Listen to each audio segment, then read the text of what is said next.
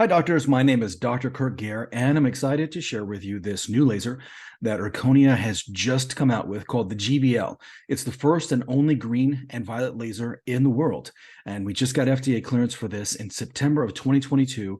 And I've been using it in my office for a while now, and I was one of the principal investigators in the clinical trials to get this device an FDA clearance. And I've been using lasers since 2004, and I love the results that I've gotten since then. But this one is on a whole other level. So let's jump in and share with you what some of those results are. Now, before I get into that, I'd like to share with you how I got into lasers. And that was back in 2004. I went to a Dr. Murphy seminar. And Dr. Murphy, if you haven't heard him speak, you've got to get out and check him out. He was always been so far ahead of his time. He talked about back then that he had been using lasers. Specifically, he'd been using the Erchonia lasers, the low-level lasers here on his brain, because he said that it was important to use them there to keep your brain sharp so you can prevent yourself from succumbing to neurodegeneration like the rest of the population. And he told us that if you never used one in your practice, you should at the very least get one for yourself and for your family. And while we were in this seminar in 2004, he talked about how he had been using lasers since the 1980s, and the Russians had been using them since the 60s and 70s. And the reason why he I decided to use Erchonia lasers was because of the volume of research that they did, and the research that was high quality, level 1 randomized controlled, placebo controlled studies. So that's why he jumped in and started using the Erchonia lasers. I started using them, and it changed my practice to where I was able to treat a lot more conditions as a result of some of the things I did with chronic patients who have Hashimoto's. I got featured in The Thyroid Secret by Dr. Isabella Wentz, for those of you who are into functional medicine. She also talked about the things I did to use the laser to support patients, not to treat their autoimmunity, but to support their conditions, to improve their overall quality of life. She talked about that in her book, Hashimoto's Protocol. I also work with a lot of athletes, and I've used these devices, these Erchonia devices, to help athletes like Zach Shinnick here from USC. Helped him win a world title for the Pan Am Junior Games when he and his teammates set a world record in the 4x400 meters. I also helped him when he was at USC and they won a national title there and set a collegiate record as well. And I've also worked with people like Justin Deedit, who's the one of the captains for USC football this year. So that's a background on how lasers have changed my practice. And Erchonia invited me to be one of the principal investigators on this device. And this is what we did. It was for this green and violet combination laser that I have right here. And this was for chronic neck and shoulder pain. We'll get into the details on this a little bit more, but I want to start with some of the results that we saw during our clinical trials. We were comparing our results to previous studies with the red and violet combination and with red only. And what we saw is that each time that you add in another true laser wavelength, not an LED, sometimes people will cut corners and do one that's a laser and one that's an LED. We're using two true collimated coherent lasers that each time we upped it, that we got better results. So for example, when we did the green and violet, the average duration of pain in the patients that we saw in the clinical trials between my office, Dr. Comey's office, and Dr. Robert Silverman's office was 89 months of pain. After a single 13-minute session, doing half of that time on one side, half on the other time, we saw an average percentage pain relief of 52% immediately after that treatment. That is literally, we would measure it 1 minute later, within 1 to 5 minutes later.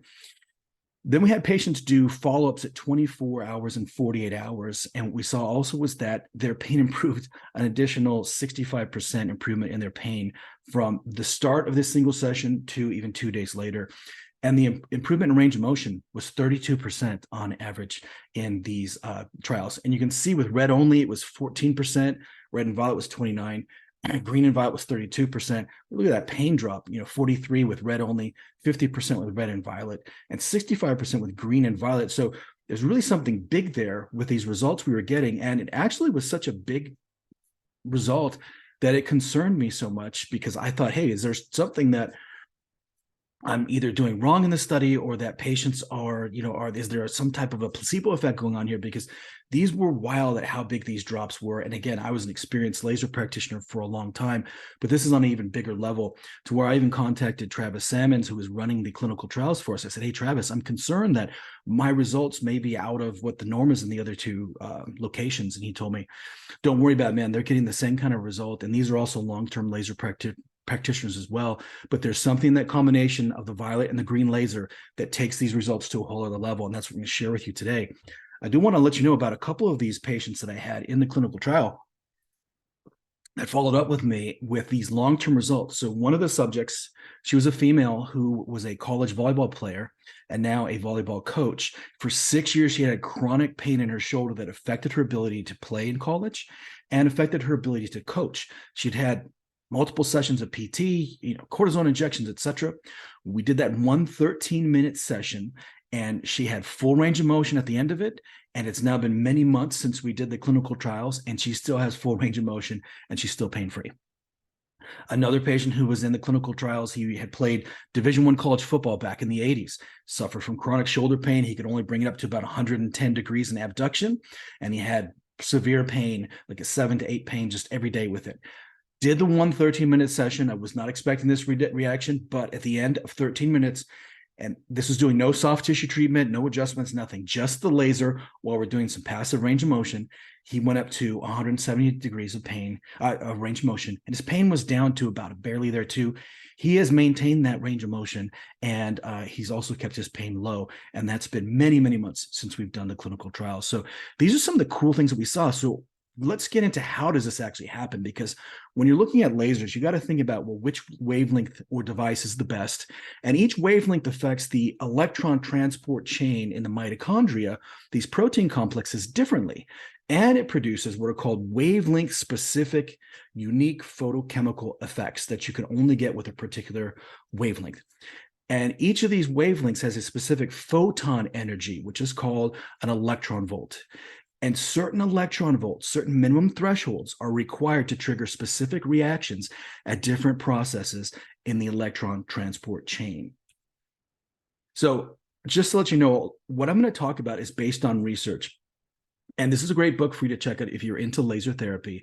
Laser Phototherapy by Turner and Hode. There's over 135 pages of research references, hundreds of studies that are on there. The bulk of the studies cited are below 500 milliwatts, which is class 2 or class 3, because that's what most of the research is on. So always, whenever you're learning about lasers, fact check who's ever talking about it, including me. But do it in the legitimate way, not the Facebook fact checker way. Go in here and read these studies, go into PubMed and read the studies, and look for the quality studies, the ones that are level 1 randomized placebo-controlled studies, because there's a lot of unsupported opinion out there that is stated as if it were fact. So you want to look to see what is a specific wavelength and specific power for the FDA clearances. Do these devices just claim equivalency to another device that has totally different powers and wavelengths? Because the FDA can approve something because they consider, oh, laser is the same stuff, even if you have a different wavelength and different parameters on there. They're not looking to see, does it get the same result? Just can we clear it as being safe? You also want to check to see if there are level 1 RCT studies on there to support the claims. And for any manufacturer, check their references on their sites, because what you'll find, many will list references to studies on completely different product parameters that they say don't work in their marketing, yet they'll use them as a reference to support their devices that are totally different. We see this a lot to where other manufacturers will come out and say that Erchonia lasers don't work, they're too low power, etc. Yet then on their sites, they're citing all of our research and trying to say it is supporting their device. So just beware of those things. I also encourage you to take a look at this study, low-level laser therapy in Russia. The USSR was far ahead of us when it came to laser research. And this is a great paper to read. A few of the key points they found is that too much power dose can lead to a decreased or opposite effect, especially long-term effects. Pulsing lasers more effective than continuous wave. And a key thing here is that combining lasers and LEDs will lead to a diminished effect from the laser due to scattering inhibition triggered by the non-coherent light. So the reason I mention this is because there's a lot of devices out there, like I said earlier, that will try to go on the cheap and combine a true laser with LEDs and say, hey, this is just as good as, say, like the GVL that has 2 actual true coherent lasers. Well, going clear back to the Russians in the 60s, they already showed that's not the case, because the LED non-coherent light will create a scatter effect with the true laser, and you'll get a diminished result on there. So it's something to think about. So let's get back to now, how did this GVL create those results that you saw in the study chart there and in the patients that I talked about? And since I've added it in, I'm using it on all of my patients. I actually use a combination of green, violet, and red lasers on almost every patient, and you'll see why in just a little bit. What you have to think about is when we get a laser on a patient. So say when I get this laser on me here and I've got this green and violet laser, what's happening while it's there? Well, these are non-thermal lasers, so patients don't feel any heat. But what they're getting is they're getting this photon energy being absorbed by the mitochondria. The mitochondria are responsible for 90% of the ATP our body needs to function and has a pivotal role in cell life and cell death. And mitochondrial dysfunction is common in autoimmune diseases, aging, neurodegeneration, long COVID, and many more ailments. Now, what's important is that in the past, we thought that, oh, you had to put the laser directly on a site and it only has an impact here. But we see is that there's this abscopal or global effect that occurs, especially with the visible lasers. For example, as I have this laser here on my neck or any part of the body, there's free-floating mitochondria in the bloodstream that are going to absorb the photon energy and disperse it throughout the body. This allows photon energy to affect even sites far away from the application site. And additionally, different wavelengths of laser light can trigger biophotonic emissions from cells. And we'll get into that a little bit more. These will travel through the microtubules, through basically the cytoskeleton of the cells and of the neural networks, and even the myelin sheaths. They'll act like a fiber optic laser network. And I'll show you the studies on that. Now, for a long time, people have been talking about depth of penetration as being the most important factor. Well, there's been some misconceptions with how this works. And this research by Gerald Pollack talks about, you should take a look at his book called The Fourth Phase of Water. And he talks about how the body, in his opinion, in his research opinion, can be up to as high as 99% water. We know that certain things can be between 60% or higher on there, but he's estimating even higher, being like 90%, 99%. And so when we look at this, different wavelengths can propagate through water differently than through just solid tissue. So much of this talk about depth of penetration is looking at thermal impacts of infrared wavelengths. And in these studies, they use dead lab tissue models that it doesn't account for having blood cells, immune cells, neural networks, etc., and ignores other reactions that occur with visible lasers. So when we look at living tissue that has a high water content, you can see that violet and green light actually propagate, as you see in this diagram to the left there. They propagate further through a water medium than red or infrared do because they get more absorbed and there is some more of a thermal impact, particularly with infrared on there. Whereas when you go down to the violet and the green and the blue, they go a lot deeper into water and they propagate further. So additionally, when we use photochemical stimulating visible laser wavelengths, you have impacts on these free-floating mitochondria that I mentioned in the bloodstream. You impact the immune cells, cytokines, etc., and you trigger enzymatic cascades and cell signaling effects that, again, are abscopal or global. I encourage you to look that up. Finally, I encourage you to go into PubMed and research biophotons, and you will see that visible lasers can trigger the release of coherent biophotons that are laser-like, and that these can propagate through the body by these microtubules and myelin sheaths like a fiber optic network. Now, there are other independent studies, too, that talk about how the effects of laser can't be entirely explained by penetration of photons through the scalp and skull itself, especially when you're doing stuff on the brain. Here in this Harvard research, they talked about in mouse models of Parkinson's and Alzheimer's that even lasering the leg with the head totally shielded was able to trigger changes in brain function. It's another example of the abscopal effects of lasers that you don't hear about very often. And if you go into PubMed, you'll see, different studies like this, talking about these atomic water channels controlling remarkable properties of a single brain microtubule. That you have these computational connectionism with neurons, that there's a cytoskeletal automata subserving neural networks and all these neural networks here, and how individual photons can actually trigger changes in protein conformation here. So we look at this when we're talking about this with lasers. Here's the key concept. As I get a laser on the body here, I'm actually going to trigger some other biophotons to be released. Now, when we use an actual true laser, not an LED, the true laser will stimulate these coherent biophotons, because you can trigger these polarized reactions in the cell membrane, and their coherent signal can propagate through these microtubules in a manner that an LED does not do because of its lack of coherence. LED will actually get filtered out as background noise, but a coherent signal will be able to propagate through these neural networks. It's kind of like the fiber optic network that's bringing Netflix into your house when you're streaming. And these biophotons contain packets of what they call quantum information. They refer to them now as qubits that are theorized to make the brain function like a quantum holographic computer. So it sounds like some crazy out there sci-fi stuff, but that's the direction that the research is going. And when we look at this importance of coherence, we see that that cells actually speak in a laser-like coherent fashion. And that's according to James Oschman, PhD. And when we look at Dr. Fritz Albert Popp, he was a German pioneer in the field of biophotons. He talked about that all living things emit light, and a healthy person emits more coherent light than an unhealthy person. And cancer is a loss of coherent light. So I encourage you to look up their research as well, because we don't have time to really dive into that. So laser light is coherent, and it's considered the language of cells. LED light is non-coherent, and in head-to-head studies does not have an equal impact for most conditions. So let's say you're trying to say, well, I'm just going to go out and get a cheap device that's a green LED and a violet LED, and I think it's going to do the same thing. These are randomized placebo-controlled studies that Erchonia did versus LED devices. This was for chronic low back pain. You see the dotted line is LED. You see you did have an impact, but as soon as the treatment was stopped with the LED, the pain returned.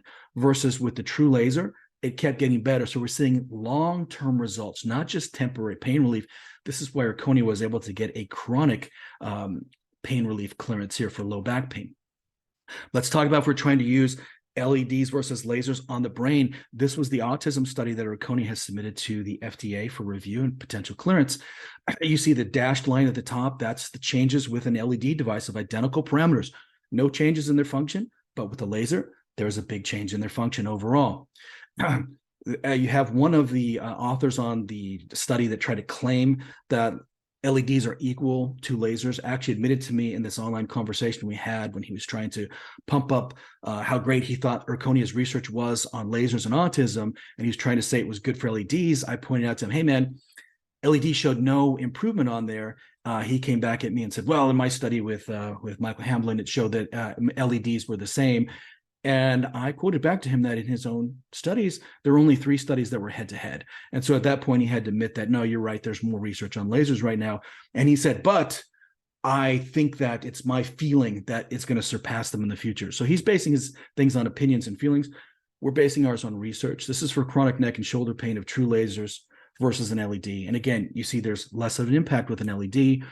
And for fat loss as well too, you're saying that laser can cause a 4.6-inch drop in circumference versus the LED was only 0.7 of an inch. So you're looking at 6 times better results with laser versus LED. So as we're talking about this, we are being laser specific, because if you try to do this with an LED in the randomized placebo-controlled double-blinded or quadruple-blinded studies, LEDs were shown to be either 0% as effective or up to 20% as effective. So if you try to go on the cheap and save money and get an LED, you're going to sacrifice 80% to 100% of the effectiveness in a single session or series of sessions. So something to understand.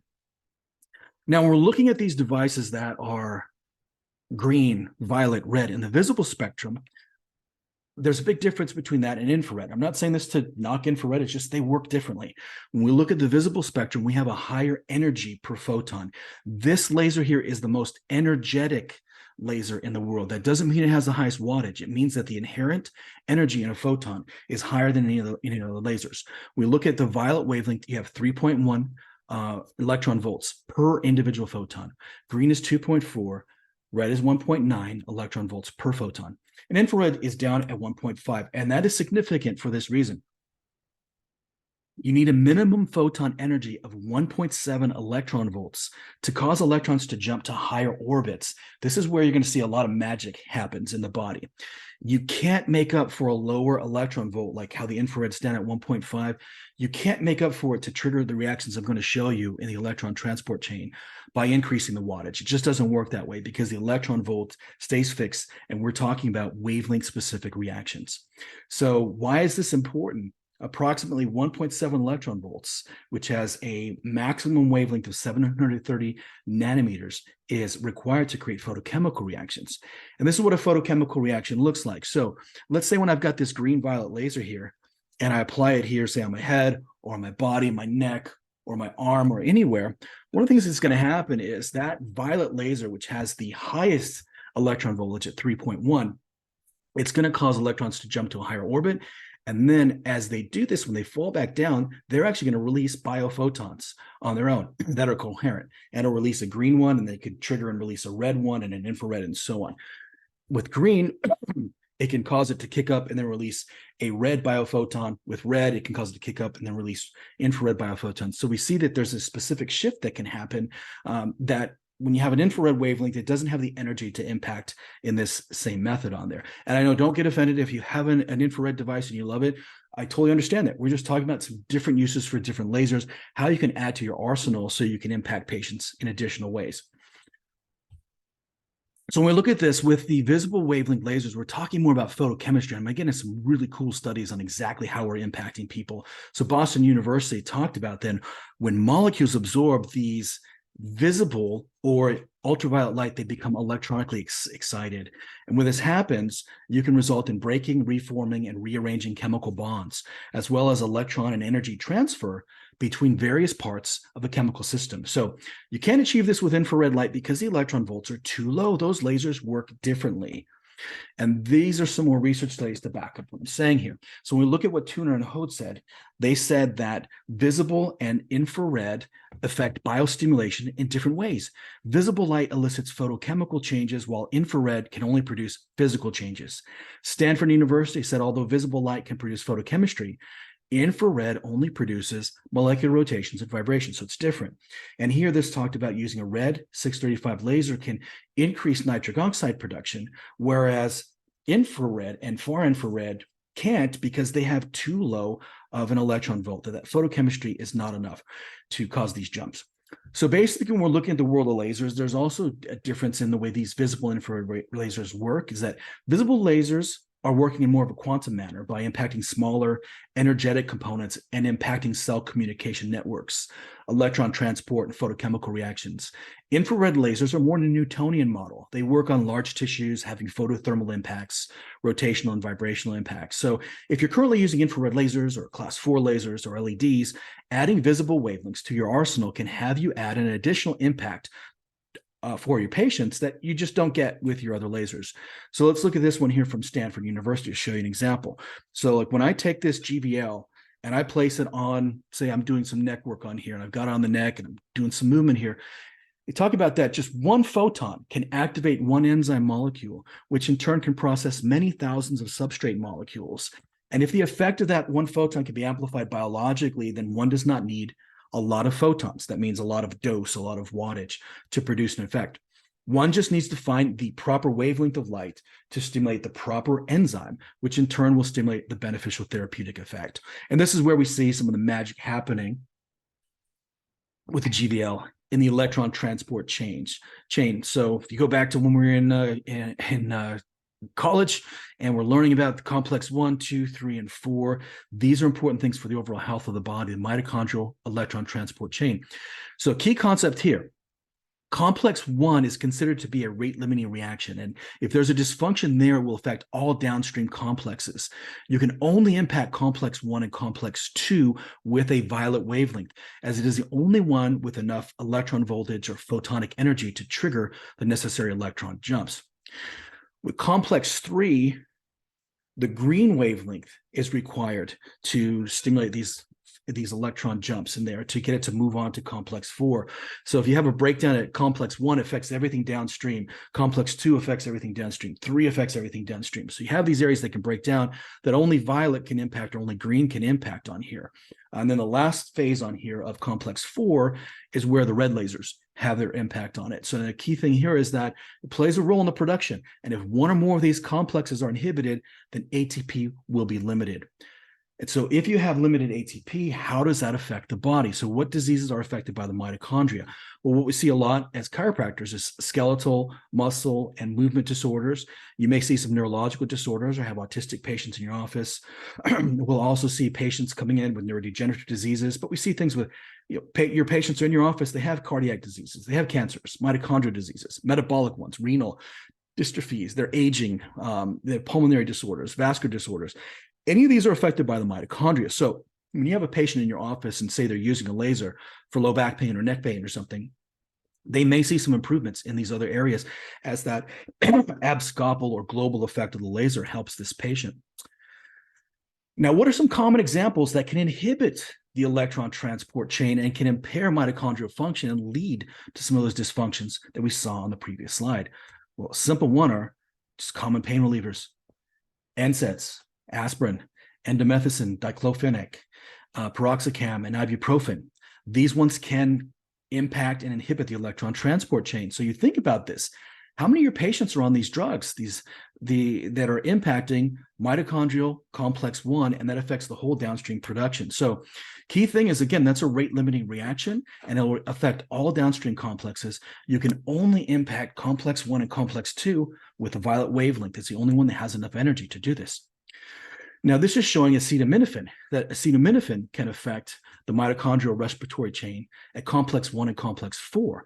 So if you want to use a laser to affect patients who've been taking acetaminophen, you're going to need a violet wavelength for complex 1 and a red for complex 4. If you only have one of them, you're going to miss out. If you just have red, which I got great results when I first started with red for the first 4 years in practice, but when I added violet, I started getting even better results. And I saw why, because we're now impacting complex 1 and complex 2. If you add in green, you can impact complex 3 as well and get a more complete result. Now, if you follow along with research, you'll see that there's this class action lawsuit of the link between Tylenol and autism. And a key concept is, as I showed you already, Erchonia has already showed the effectiveness of low-level visible red laser on kids with autism. But let's look at this. Let's look at, if you add in green and violet, you can impact it even more, because this study showed that in children with autism, they had 60% had issues with complex 1, 2, and 4, and you had 40% that had issues with complex 3 and 4. So that means that if you wanted to make sure that you were able to help all of these different kids, you would need to have a green, a violet, and a red laser available. This is why in my practice now I'm using all 3 of the wavelengths regularly on almost all of my patients, with a few exceptions on there. Because how do you know which one of their complexes is off? Can you test for that in your office? I'm not aware of any way to particularly test for that. So I think it's much easier, and there's not any risk of side effects in most cases, to apply these 3 different wavelengths on people to get the whole impact on the whole electron transport chain. And that's the key point. If you're missing any one of those wavelengths, you may be missing the one that your patient needs to make a breakthrough. And this can lead to a vicious circle of mitochondrial dysfunction. And as the mitochondria get dysfunctional, when they replicate with these mutations and with genetic loss. And so you get a worsening picture over time. This actually accelerates their aging process, accelerates the dysfunctional process as well too. When we look at it from a pharmaceutical perspective, they're talking about how they don't really have any therapeutic approaches for mitochondrial disorders. They've lagged behind. Their treatment options are limited mainly to symptom-based therapies. But here, as I've shown you already, we can actually help these mitochondrial disorders. So if you've got a patient with autoimmunity, and we apply these, like let's say if I'm doing functional medicine, I'm trying to provide support for my Hashimoto's patient or my MS patient, I can support their mitochondria, because almost all of these autoimmune conditions, you see some issues with mitochondrial function. There's some studies showing that long COVID can impact mitochondrial function. So we get these 3 wavelengths on there, boom, we can have some support for these patients to help improve them.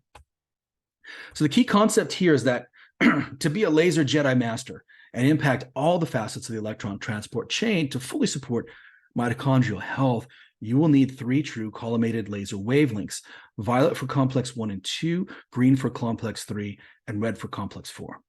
So let's get more into that. So what I would recommend doctors to consider doing is to get a base station. The base station, you get 3 lasers for a greatly reduced price. Mine has a GVL, which is green and violet, an EVRL, which is violet and red, and an Accelerate, which is dual red. Now, we also rent out the lasers to our patients for additional revenue streams. Like right now, I'm closed for Christmas for the last couple of weeks, and I'm making $1,500 off of 2 of my lasers being rented out during this time. If you want to learn more about that, you can join my Facebook group at Dr. Gair's Laser Therapy Treatment and Marketing Secrets for more information on there. And this just shows you, as I introduced this program, I had patients that were really excited to jump on there right off the bat. We usually have them reserved out in advance. This is one of our doctors. You can read what James Schwartz had to say about doing rentals in his office, that he actually, his biggest problem was he had to buy more lasers to meet the demand on there. So it gives you a nice little extra revenue stream, so you can have rental lasers paying for your new lasers. So it's not as much of a financial commitment. You can be making money both in the office and also passively with them at home. So we look at which lasers to use. What are the advantages of multiple wavelengths? So I already showed you that you need all three to hit all aspects of the electron transport chain. But what about if you're just doing good old-fashioned musculoskeletal types of things?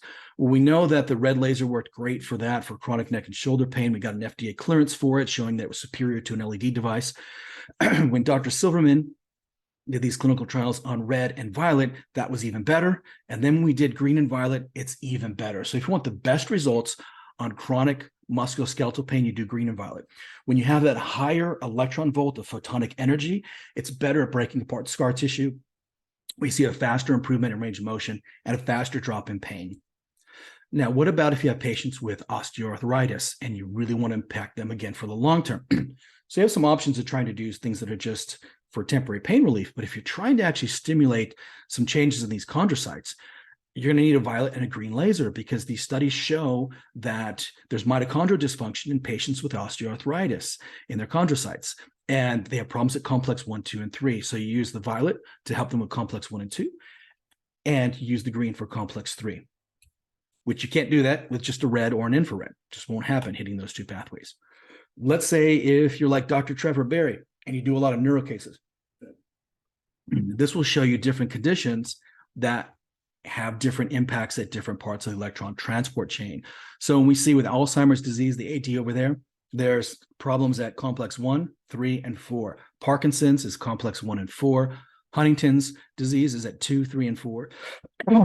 ALS is at 1, 2, 3, and 4. So when you use different wavelengths, you can affect different conditions, because like if you use violet and you're impacting complex 1, this impacts tau and alpha-synuclein. If you're using it at complex 2, it impacts MHTT involved in Huntington. Green impacts complex 3, which impacts MSOD1, and red impacts complex 4, which is for amyloid beta plaques. So again, you can see if you're missing any one wavelength, you're going to miss a critical step there in the electron transport chain, and you might not be giving a full impact to your patient of what they may need. Now, how about for aging? So we see that aging is involved with complex 1, 2, and 4. So this is one where you need a violet and a red to help these patients to slow down the aging process. Same thing with obesity. We see issues with complex 1 and 4. And again, I'm going through this research fairly quickly because we only have a limited time. So if you want more of this information, be sure to join my Facebook page, and we can continue the conversation there. Also, make sure to get out to an Erchonia seminar as soon as you can this year, so you can learn in more detail on this and ask questions live. Now, what about when we see these ATP levels lead to hypersensitivity and chronic widespread pain? So think about your office. How often do you have patients in there, or your fibromyalgia patient, your chronic fatigue patient has just chronic widespread pain, and we're seeing just a general dysfunction in their mitochondria dysfunction. I like to get all three of the wavelengths on these patients so that we can impact all of the different complexes in the electron transport chain to try to improve their overall function. Now, this was a study done on Erchonia lasers at the University of Illinois at Chicago Medical Center on patients with renal fibrosis. And so here they found that each individual wavelength had different impacts, that the 635 really helped with mitochondrial activity and proliferative activity, production of interleukin-10. 405 violet helped with the reduction of apoptotic cells on fibrous tissues, also improved breakdown of scar tissue due to the high electron volts. And 532 green helped with reduction of transforming growth factor beta and had the biggest stimulation on stem cells. So again, different wavelengths impacting you in different ways. Now, this is one of my favorite studies talking about how a visible lasers of violet, green, and red can actually impact the disc and the annulus to create repair in the annulus fibrosis. And this is important because there's a lot of misinformation out there saying that, oh, a visible laser can only penetrate to the skin, so it's only got dermal impacts and it can't impact the disc at all. Well, there's tons of this research out there. It talks about how you can get this propagation of the extracellular matrix modifying enzymes to penetrate to a deeper level and to actually repair these tissues on here because of the enzymatic cascades and electron transport reactions that are triggered. This produces that global or abscopal effect. And I was involved with this study that we put out on the effects of low-level red laser compared to NSAIDs, opioids, and other light sources. And this is Dr. Trevor Berry, also an Erchonia presenter. It is double-blind, placebo-controlled trial evaluating the efficacy of red 635 nanometer low-level laser for the treatment of low back pain. We already went over this compared to LEDs, that you see these long-term effects. And that's a big difference here too. When we're using these true Erchonia lasers, at their level, we're seeing long-term benefits, even at deep tissues on here as well too. And here is another FDA clearance for post-operative pain. So this is another one where I do a lot of rentals. If I have a patient going in for surgery, I will do a rental on them for a couple of weeks beforehand, and then for a couple of weeks to a month after they come out, so they can do the laser on themselves at home. What we see is that these patients tend to be months ahead in their therapy, and they tend to have a better recovery on there. So let's look at what are some of the differences in these green wavelengths according to research. So with the green wavelength, we're seeing that, let's say if you got a patient who's had a fracture, we're finding that the green is more effective at facilitating bone repair than red or even than violet. And here they really found for doing blue and green lasers that this was the best for osteoblast differentiation compared to visible red or even infrared on there. So what I like to do with a patient like this is I would do if they have a fracture, I would do a home rental for them and have them rent the GVL and do laser treatment on a daily basis to get the best results. Now you can still do it in your office. We've done that for years, but we really are moving into a model where we're doing a lot of home rentals with the patients, and they really enjoy it and get really good benefits with it. And since these are class 2 lasers, we can do that and know that they're safe for the patients to use at home. When we look at the function of mitochondrial transmembrane potential, the green laser really helps with that. And here's a big one. People always ask about peripheral neuropathy and the peripheral nervous system. This compared visible red lasers and green lasers, and they found that visible red and green did have an impact. Infrared did not have an impact for peripheral neuropathy, and the green laser was shown to be the most effective here, and also on this one as well too, that for injured nerves, green is shown to be more effective than even red laser. So in my office, if I have a patient who's got a fracture, I'm going to try to have them do the GVL rental or come into the office and do the GVL. If we got an injured nerve, I'm going to make sure I'm using the GVL because I've got the green wavelength on there as well too. Now, what about the violet wavelength? What do we get with that? We see that violet, when comparing to green, red, and infrared, that it was better at impacting nitric oxide levels. It was even better also at respiration and the differential responses in myoblasts and myotubules. You had a better result than other wavelengths. Same thing here. We got more reactive oxygen species. Now, you don't want to produce too much. You want to get the right amount on here, and the violet laser was really good at producing that right level that you want there. And then lastly, antimicrobial effects. This is really important these days with, people worried about COVID, different infections, the gut microbiome being affected. You can get these violet lasers on. And again, because you're getting the laser, not just a direct penetration through the tissue, but you're also stimulating immune cells, you're stimulating mitochondrial reactions. These are going throughout the body, and they can have an impact at deeper levels. And so you can actually see some improvements with these patients for their overall immune function too. Now, the question people always ask then, we've already talked about differences with LEDs. You should clearly be able to see that. I think LEDs are great for a patient to use at home if you're using them in the office. That's like I had a 6-cylinder Ford Mustang, looked like a great sports car, but if I tried to go race in NASCAR with it, I'm going to get my butt kicked on it. It's not even close to it. That's the difference of an LED versus a laser. It's fine for using those LEDs at home, but if you're trying to use it in the office, you're just not going to get as big of a wow factor as you are with a true laser. So how about high power? So when we look at power versus energy, here's so many people talking about this is the most powerful laser, most highest wattage that's out there. I've shown you this one is the most energetic. And so this has this impact in the electron transport chain. When we look at power versus energy, power is wattage, energy is electron volts. So the electron volts are only in fact impacted by what that wavelength is. No matter how much you ramp up the power, it has no impact. So what does power really do? Well, by adding power, and this is based on that big book by Tuner and Hode and research by Hamlin and everybody else, when you add more power, you add more photons per second. Increasing power can push more photons in the tissue in a shorter time. Now, here's the issue, though, that you have to be careful of, is when you have higher power, you can also push past the hormetic threshold. And when you do this, you can trigger a different or opposite effect than you do at a lower dose, or even at the same dose, but over a longer time. When you increase power too, you do have more potential for a thermal impact and for injury, especially infrared, since it's not visible to the eye, the blink reflex doesn't protect it. So it's what you have to look at here. Currently, all high-powered devices, with the exception of some of the super pulse lasers, they're currently only cleared for temporary relief of pain by increasing temperature and blood flow.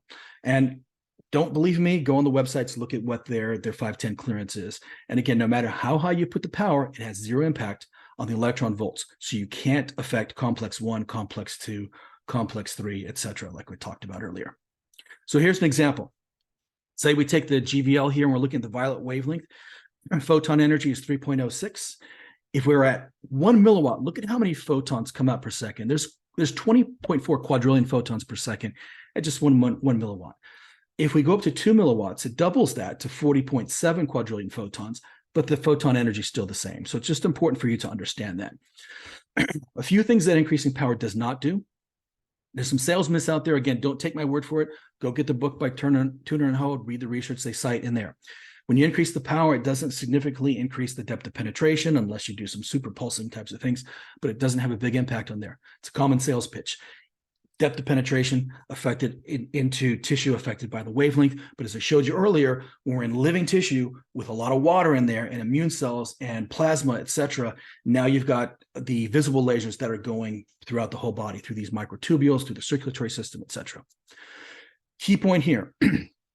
Increasing the power does not allow you to get the same result as a low power in a shorter time, even if the dose is identical. That's a lot of just opinion stuff out there. I'm going to encourage you to fact check me on that and look at it. Read through Turner and Hode, read the Harvard research by Hamlin, and what I'm going to show you here in some other studies in just a moment. And when you increase it like this, it's similar to trying to push a medication in a higher dose in a shorter period of time, or an IV in a shorter dose versus, say, like a time-released capsule. It just works differently on there. That's just the way it is. Or trying to push it in a shorter time, it's like the difference between slow cooking ribs or microwaving ribs. When you push the same energy in a shorter period of time, you get a different reaction in the proteins and in the structures of tissue. So let's check out, though, what Harvard research says and what the World Association for Laser Therapy says, too. So this talks about a dose response. So whatever laser you have, it's important for you to understand this. You know, whether you're using Erchonia lasers or not using them, or you're using other lasers, I encourage you to look at the research and apply them to whatever device you have. Hamlin's research at the University of Harvard talked about how you get a sweet spot of you don't really want to surpass 10 joules per centimeter squared, or you start to get diminishing results until you ultimately get negative and inhibitory results. And at very high dosage, you can trigger DNA damage, increase reactive oxygen species, and decrease cell viability. And now here's the paradox, though. Many times when you pump up a dose really high, you can get bioinhibition, which can trigger a quick drop in pain. The problem there being is that you get this increase in temperature and circulation from high dose, but you can trigger these other long-term things that they talk about in this Harvard research, like DNA damage potential, increased reactive oxygen species beyond the therapeutic benefit, and a decrease in cell viability. So it's important for you to understand that. We look at the dosages recommended by the World Association for Laser Therapy. You see most of these are between 4 and 16 joules. So beware that some people are teaching others to dose several hundred to even several thousand joules. And that's not supported by most of the studies in Turner and Hode, nor by the Walt, nor by Harvard research. And this is research here by Harvard that shows that if you're using different dosages, that if you try to do the same dosage in a short time, you don't get the same effect as doing the same dose in a longer time. So when you go more power, you also have more of a chance for heat on here. This is why when we look at class 4 lasers, those ones, all of their clearances say they provide topical heating for the purpose of elevating tissue temperature for temporary relief of muscle and joint pain and stiffness. So this is important too when we look at this other research here, showing that it's accepted that laser therapy conforms with the Orange-Schultz law, that a therapeutic window of laser doses may exist between energy densities of 0.5 joules per centimeter and 4 joules per centimeter square. Dosage above these may result in bioinhibition. Harvard research said that fluences of red or near infrared as low as 3 to 5 joules will be beneficial in vivo, but a large dose of 50 or 100 joules will lose the beneficial effect and may even become detrimental. Turner and Hode again said biostimulation has been reported in the literature with doses from as low as 0.0001 joules per centimeter to 10 joules per centimeter squared. So it's important for you to understand that, because there's just a lot of misinformation that's out here, because this is showing that even doses going into 10 and 16 joules can result in a decrease in cell viability and mitochondrial activity, with an increase in percentage of cytotoxicity and DNA damage. This is particularly true here too when we look at this study on 405 nanometer violet light, which is what we have here in this GVL in patients with COVID. And in this, they specifically said that you didn't want to exceed the power dosage because of the high electron voltage on here. Now, this is significant because I just want to issue a warning. There is a device coming out that's trying to use 300 milliwatts of power in the violet wavelength. And here you have where they're not wanting to exceed just a few milliwatts on here because of the high energy of that wavelength, that it could potentially create some problems. So I want you to do your due diligence and research things before you go and buy something or think that, hey, just because it has more power, it's better. When you combine that level of power with this high electron voltage, it could potentially overload patients and create a problem and go beyond your hermetic threshold as well too. Same thing here when we're looking at lasers and affecting cytokines, that if you do a lower level of it, you have a positive impact on cytokines. If you go too high, you can actually trigger inflammation. It's like the Goldilocks zone or the sweet spot kind of a zone here.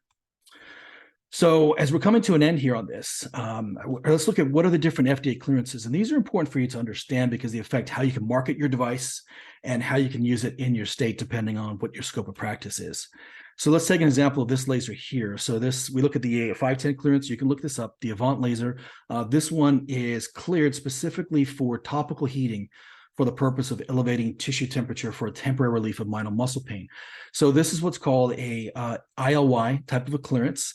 And so if you're using a laser like this and you're using it on the head with high doses, it's important to understand that you'd actually be using that in a way that is not supported by FDA clearances. So if you were marketing your laser, saying that it can do this or that with brain stuff, you can actually run afoul of the FDA. And if someone gets injured, you could be in trouble with this because we're not supposed to apply these heating types of devices onto the brain. Additionally, if you look at their laser, it's non-collimated, their red laser. It means that it doesn't have this collimating device. So when we look at, say, this, let me show you with this red laser here. When you see this one that I have, you see like the lasers here on my shirt, you can see it's a clear line no matter how far I bring it back. That's because it's collimated. That allows the laser still function as a laser from a distance. When you look at a device like that one and it's not collimated, it blows out and it looks like a high intensity light device because it's not collimated. So it loses some of its laser function like that. It becomes more like an LED at that point. So it's important for you to understand those things there. They also don't do research to get FDA clearances. They claim equivalency. If you look on their website, they'll actually link to some of the studies that Erchonia has put out there to try to say it does the same thing. So anyway, that's something to look at. There are they'll show also people using these high doses of up to a couple thousand joules on the head. If you go back and you see what I showed you from the World Association for Laser Therapy and what Harvard says, there could be some potential problems on there. So please, before you just follow what I tell you to do or anybody does, do your own research because you're the one who has to ultimately protect yourself. And if you're following things that people are doing that are running contrary to the research and contrary to what the FDA clearance is, you're putting yourself at risk. If a patient gets injured because you used a thermal device at a very high dosage on the brain and they have a negative impact, you're leaving yourself wide open to some problems. So let's look at another device, and this is not to knock this device. It's just to understand what is FDA cleared for. That I know doctors who have this device and like it. Here's the deal, though. It's only FDA cleared for elevating tissue temperature and increasing circulation for pain relief. So understand that because when you do your marketing, you want to stay in compliance because if you don't, you have something happen like happened to CureWave. They were putting out different ads saying their lasers could enhance nerve function, quicker wound healing, fights bacterial infection, all these different things. The problem is because they have this clearance, the ILY clearance, it's intended to provide topical heating to the treatment area. So the FDA told them, evidence collected during our inspection demonstrates that your firm is marketing these devices with intended uses of tissue regeneration, healing, and improved vascular and cellular integrity. So that's what you have to be aware of, is you also have to make sure that your marketing and your message matches what your device is FDA cleared for. So in contrast, when we look at the FDA clearances that we've gotten from Erchonia, these are non-heating, non-thermal modalities. These are based on level 1 placebo-controlled trials versus LED devices. Same thing here. This is the FDA clearance we got for the GVL, and you see it's under this pre-market review for neuromodulation and physical medicine devices. It's talking about it has a non-thermal impact, and Erchonia has the most FDA clearances out of any laser company that's out there. So when we look at this, it's cleared as a non-thermal, non-heating modality. We look at the non-heating modalities that are out there. Erchonia has 9 of the FDA indications for pain with these devices. All of the companies combined have a total of 6. So when you use Erchonia lasers, you have the most research behind them. You have the most FDA clearances. So they provide you a broader spectrum of how you can advertise your lasers, how you can talk to your patients about them, and stay in compliance with your board and stay in compliance with the FDA as well. So we look at these 20 different FDA clearances that are here from Erchonia, and you can see that on their website. A lot of information there. And doctors, I'm bringing this to a close right now, but I want to encourage you to continue the conversation. If you're still on Facebook, if you haven't left it, we have over 800 doctors as of today that are in this group. And this is a great place where you can ask questions. We can continue the conversation. We have other doctors who are saying, hey, I've got this patient with this. What have you tried? And everybody's helping each other out and trying to make everyone better. You're welcome to join it no matter what laser you have in here, so you can find out how doctors are doing things. If you're looking for tips about how to implement a laser rental program or a Zerona program or the GVL, especially since it's so new, you can hear the other stories that other doctors are talking about what benefits they're getting with the GVL. It's really exciting to do. So please join this. You can go into Facebook, just type in Dr. Gair's Laser Therapy Treatment and Marketing Secrets. Make sure you go to Erchonia.com, look at the upcoming seminars. Make sure you get out to a live seminar because our goal is to try to do the best we can to train you how to use these lasers. If you come out to see me, I do a lot of hands-on. My goal is to make sure that by Monday morning, you've got things that you can do they're in your arsenal to where you know how to apply a laser as a basic point and shoot type of protocol, or if we're doing some advanced type of rehab protocols or sports performance enhancement as well. So I want to thank you for your time, and hopefully we'll see you in a live seminar or in the group online.